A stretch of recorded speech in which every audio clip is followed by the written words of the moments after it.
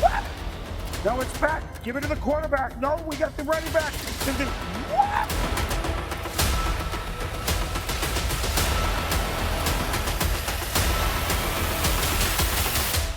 Straight off the couch. Here are the stories we're going to be chasing today. What we're going to be chasing is championship weekend, a little coach tracking, and talking about what's coming up in a couple of weeks. But before we get too far into it, let me bring in my broadcast partner, the ever affable and effervescent Adam Weidel. Adam, how's it going, buddy? Oh, it's going. We got some football this weekend, and we're getting less and less games every week, which could only mean one thing. Yeah, it means we get to watch Patrick Mahomes in the Super Bowl again, right? That's what that means? I don't know, Jim. So we had 2 games this past weekend. We're going to talk about those, obviously. The first game, the early game, the Washington Commanders went into Philadelphia, and for about 2.5 quarters of football, we had a really close game. It looked good. It definitely looked good. I was worried. Part of me, I had mixed reactions to this. I love a good underdog story, and to see Washington go so deep with a rookie quarterback, I was kind of hoping they were going to pull the upset. But the other part of me was like, Saquon got fucked for so many years sitting in New Jersey.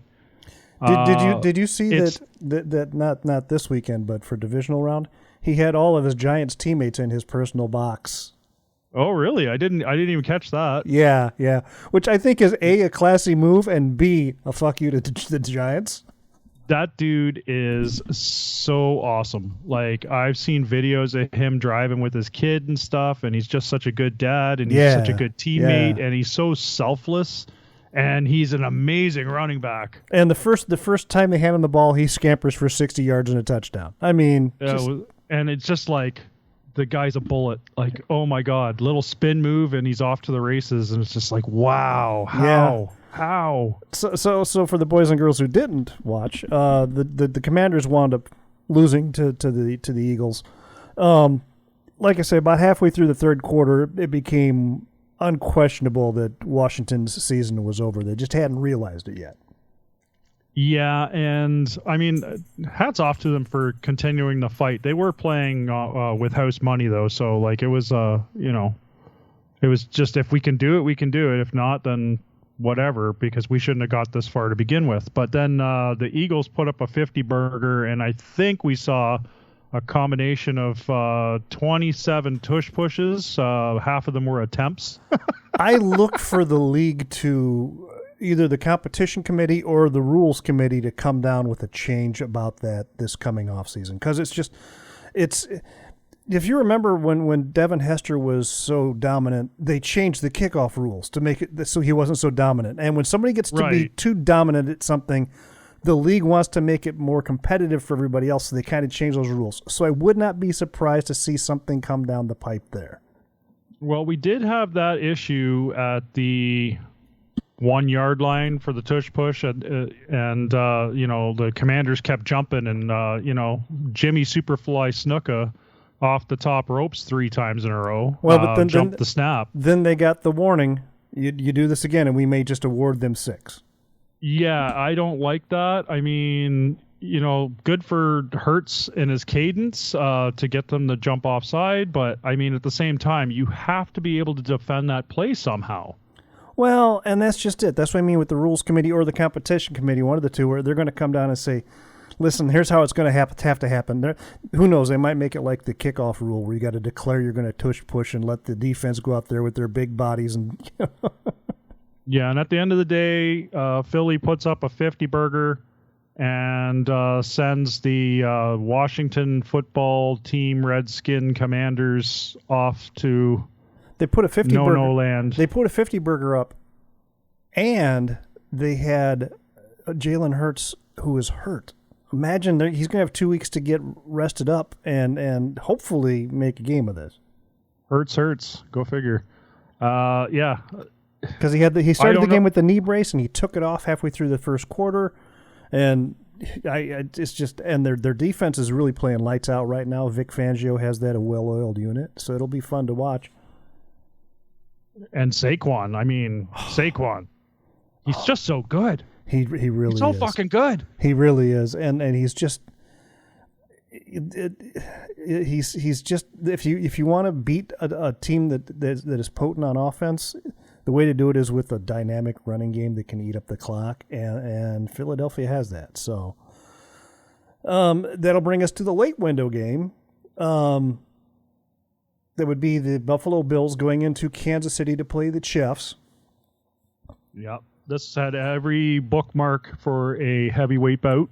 And is it just me, or did Josh look like the first couple of downs he looked a little nervous? He looked a little uptight, looked a little on edge. Yeah, he had conference championship jitters, I would like to call that. So first two drives that the Bills had, he did not look like himself. I don't know if it was conference championship jitters or I'm facing Thanos alone and the other Avengers aren't with me jitters. Yeah, and I love how when the players tackled Mahomes, they were so gentle. They got him a pillow and put a blanket over top of him. And they burped him. That was nice. The burping was nice. Yeah, they gave him a little burp, and one of them even helped him up off the ground, and I was just like, oh, they really don't want any penalties. Yeah, that's exactly what it was. I'm sure they had a lot of talks last week in the coaching room about don't cost us 15 free ones.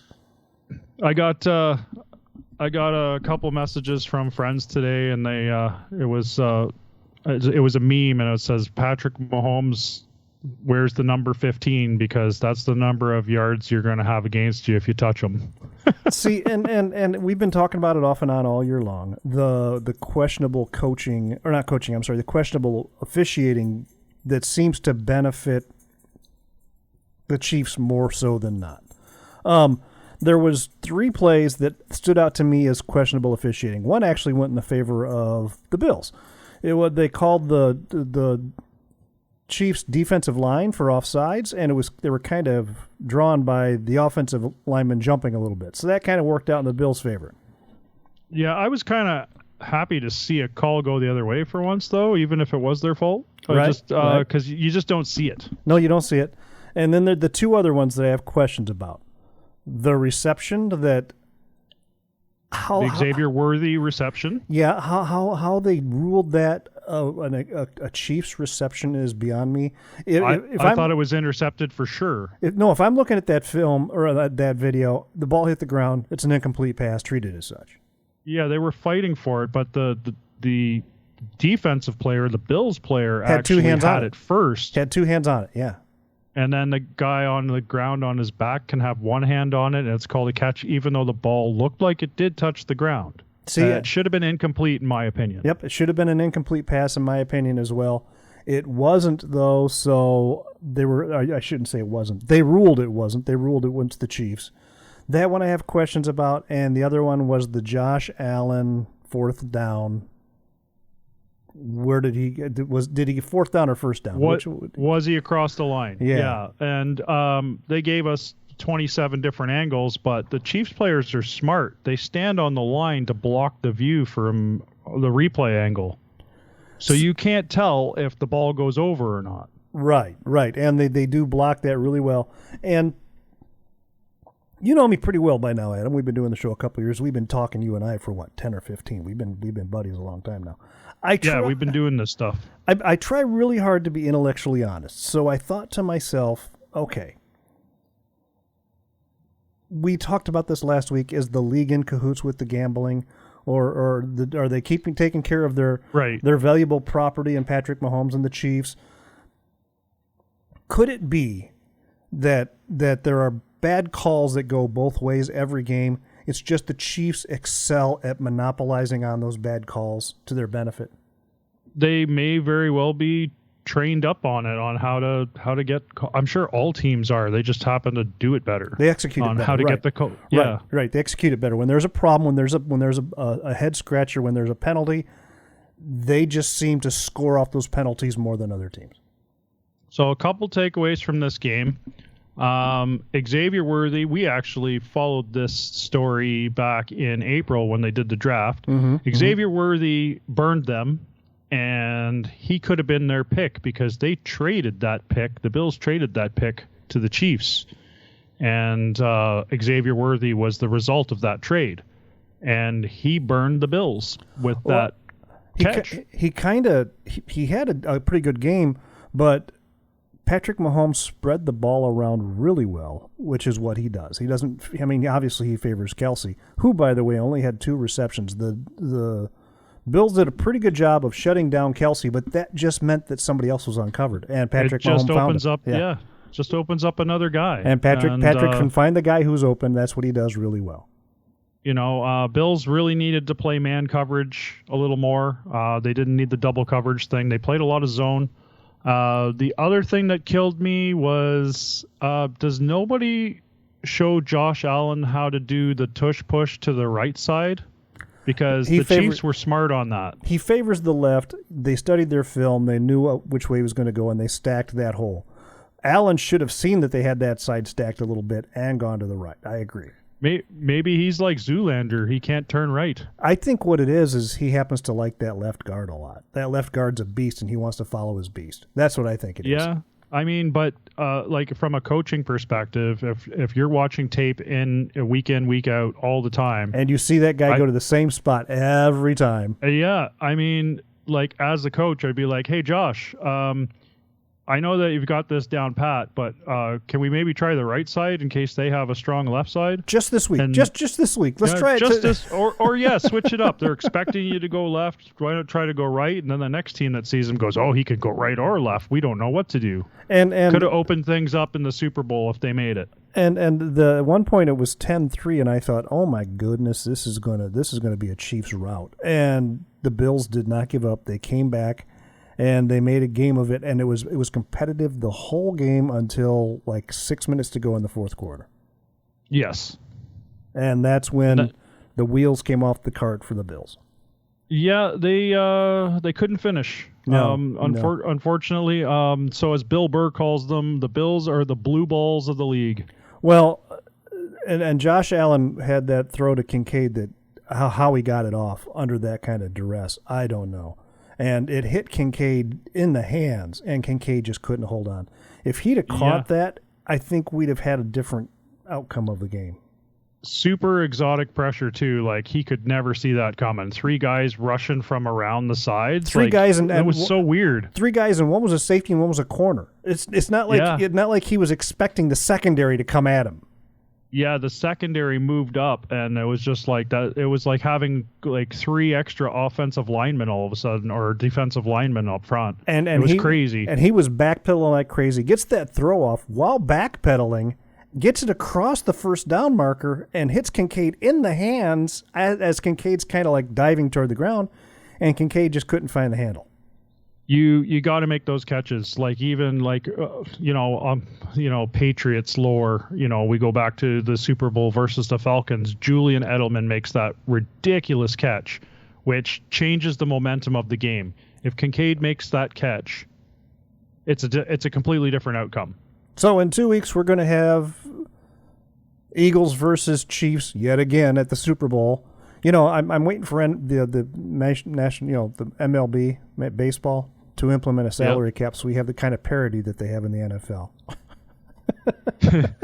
So for all you Buffalo fans out there, I'm sorry. I did have Buffalo wings tonight in your honor. I wanted Buffalo to win so well. Do you think that Josh Allen sits down and he calls Lamar Jackson, because they're buddies, they're friends, and he goes, dude, what do we got to do to beat this guy? Yeah, they probably just like, so where are you in Cancun? We have to have a meeting. And wait a minute, let's go ahead and bring in Joe Burrow on this, because one of the 3 of us has got to beat this guy. Yeah, I honestly don't think it's Patrick Mahomes, though. There's some things that I saw that were just like, I starting to sound like Tony Romo again. I don't know, Jim. But yeah, it was just like, or Chris Collinsworth. Here's a guy. I saw some things that just were kind of sus. Elaborate. Patrick starts running. He does. And he's dead to right tackled by the first guy. And that guy doesn't wrap him up. He misses, and it doesn't look like a good tackle. Like, he had him. The next guy comes up within 2 yards. He misses him.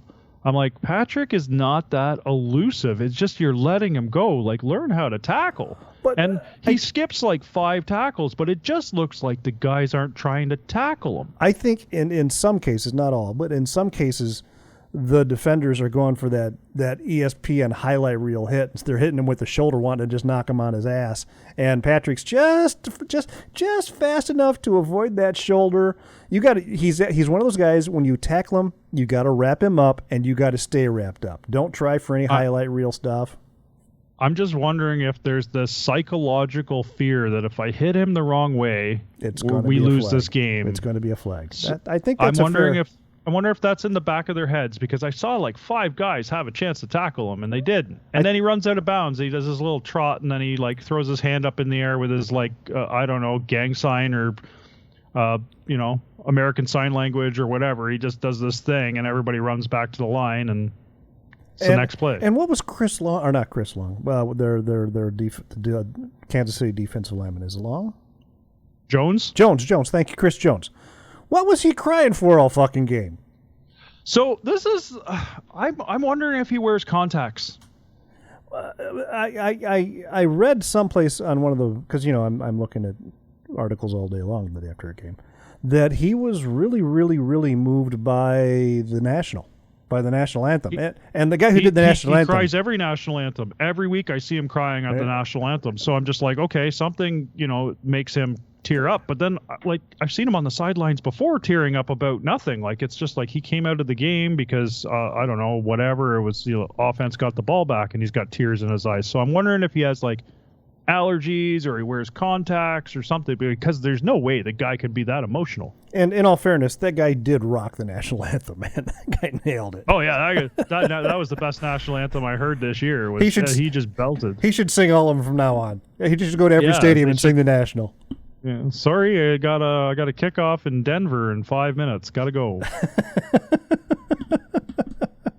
So again, it's Eagles Chiefs in 2 weeks. That'll close down the championship weekend for us. Let's talk about the coaching situation.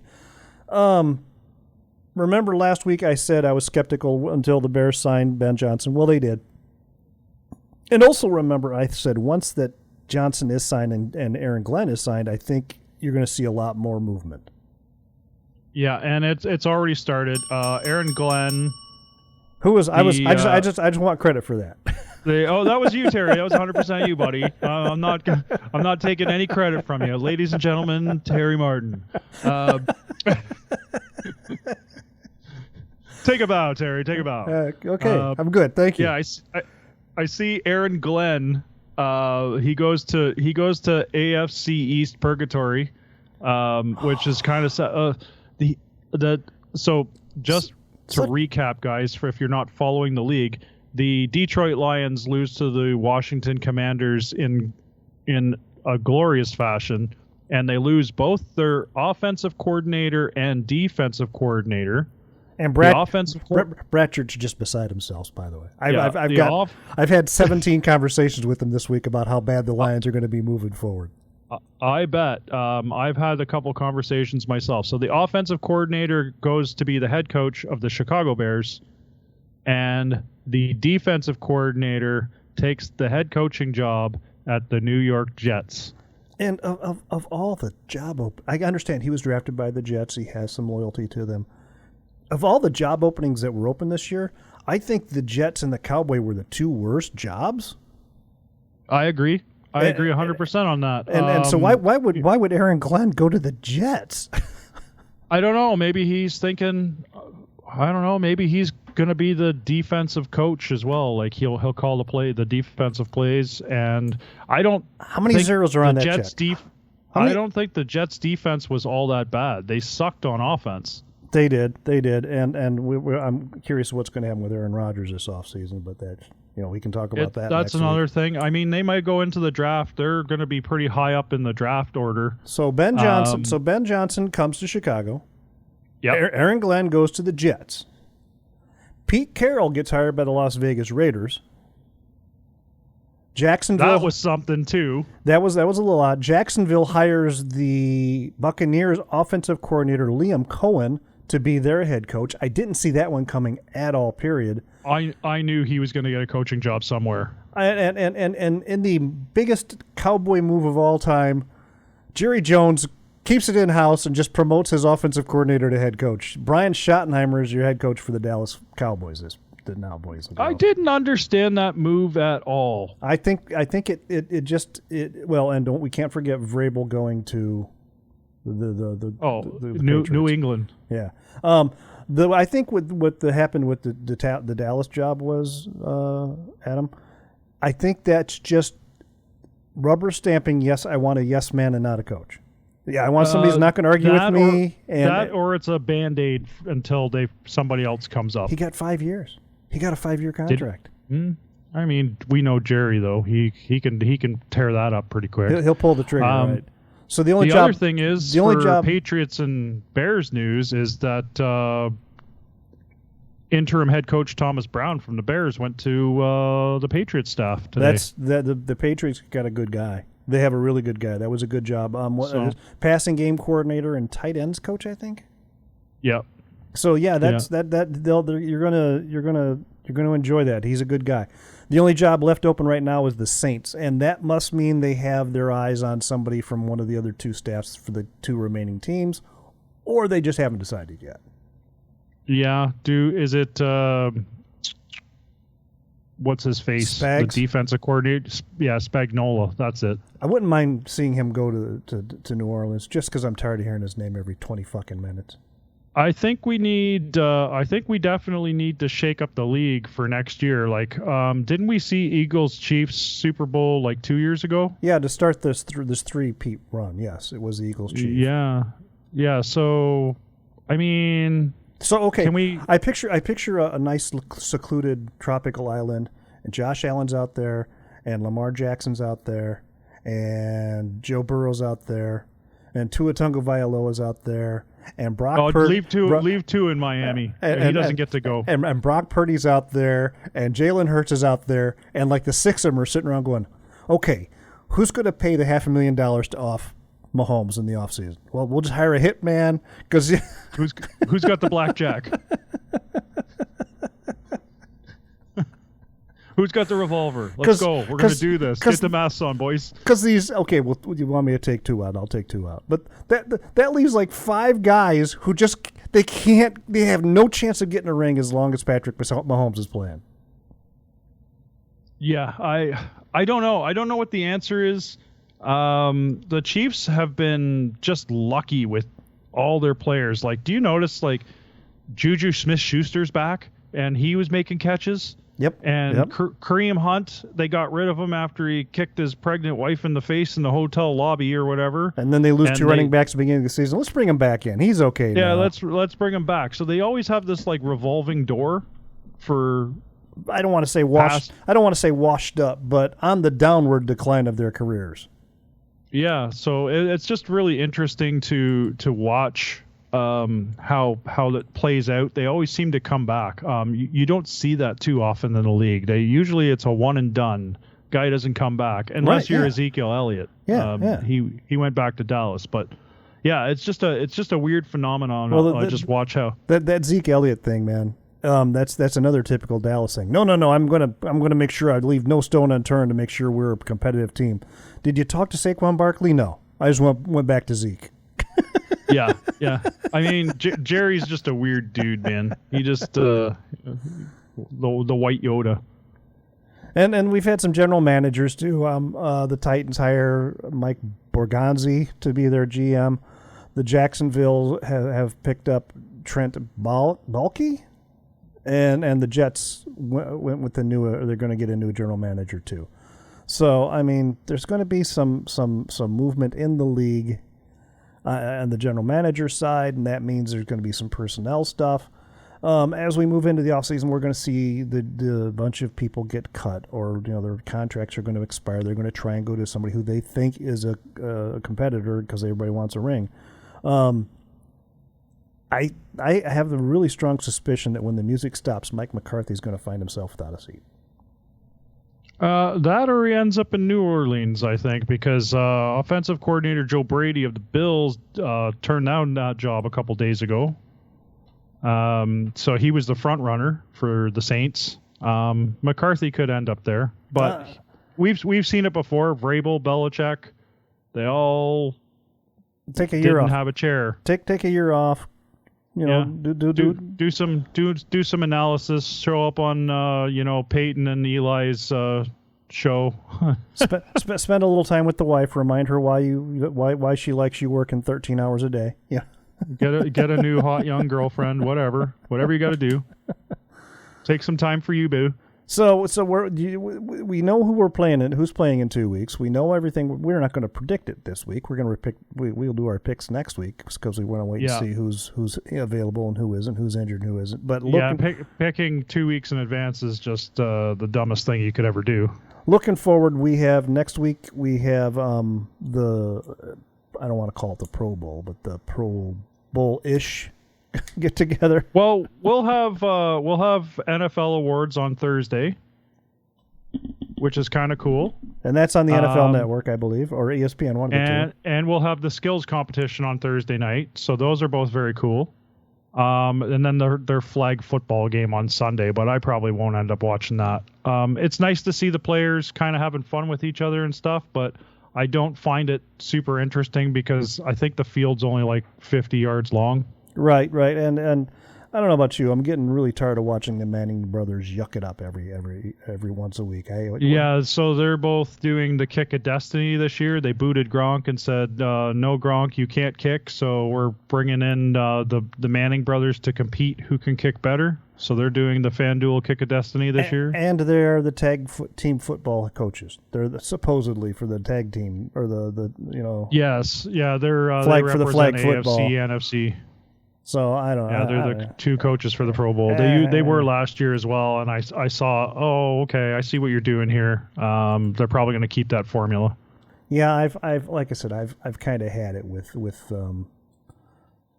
the Mannings for you can disappear for 9 months, and I'm not going to bother. I'm not going to be too upset. Yeah, it doesn't hurt my feelings either. If I have to see in a State Farm or a Lay's commercial, then I guess I'll just deal with it. It just kind of gives me some semblance of football and saying, oh, it's football in like May. Cool. I got to see a little football something, but it's.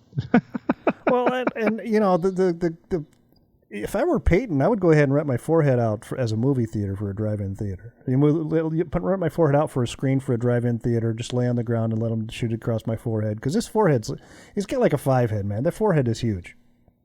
Yeah. He's that's to keep all his football knowledge. It kept getting bigger and bigger, right? It did. So you got to put it somewhere. Someone should tell them they have like very large flash drives now. They store infinite amounts of data. Yeah, you can put it on the cloud, Peyton. You don't have to put it in your head anymore. Yeah, it doesn't have to go right in your brain anymore, Peyton.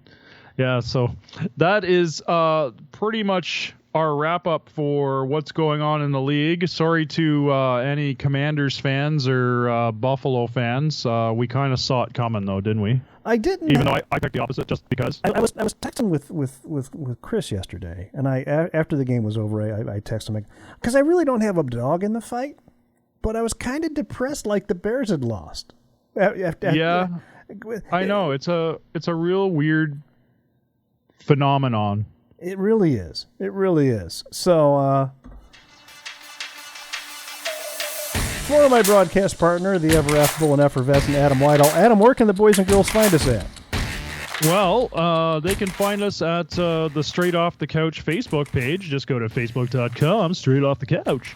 And you can find us on Linktree at Straight Off the Couch as well. If you want to hit me up, you can follow me on the Gram or the X at Adam Off the Couch. How about you, Terry? You can find me on X at TREMUP. That's at TREMUP. And you can find me on the Gram at Tear 'em Up, Terry. We got a week. Got a week, man. I'm going to say one thing, bud. I'm going to say one thing. Whatever happens next week with our picks, everybody should go with Terry because he's got a record of 48-29, and I'm just over 500 with 39-38. Hey, at least you're over 500. I got it. Pick the Chiefs next week, and you finish right at 500. Well, I can't lose either way. Like if I lose, I'm right at 500. Yeah. So for my broadcast partner, Adam Whitehall, everybody enjoy this week. I hope your teams improve. if they are not in the big game. Be safe. God bless. Have a great week. Bye-bye, everybody.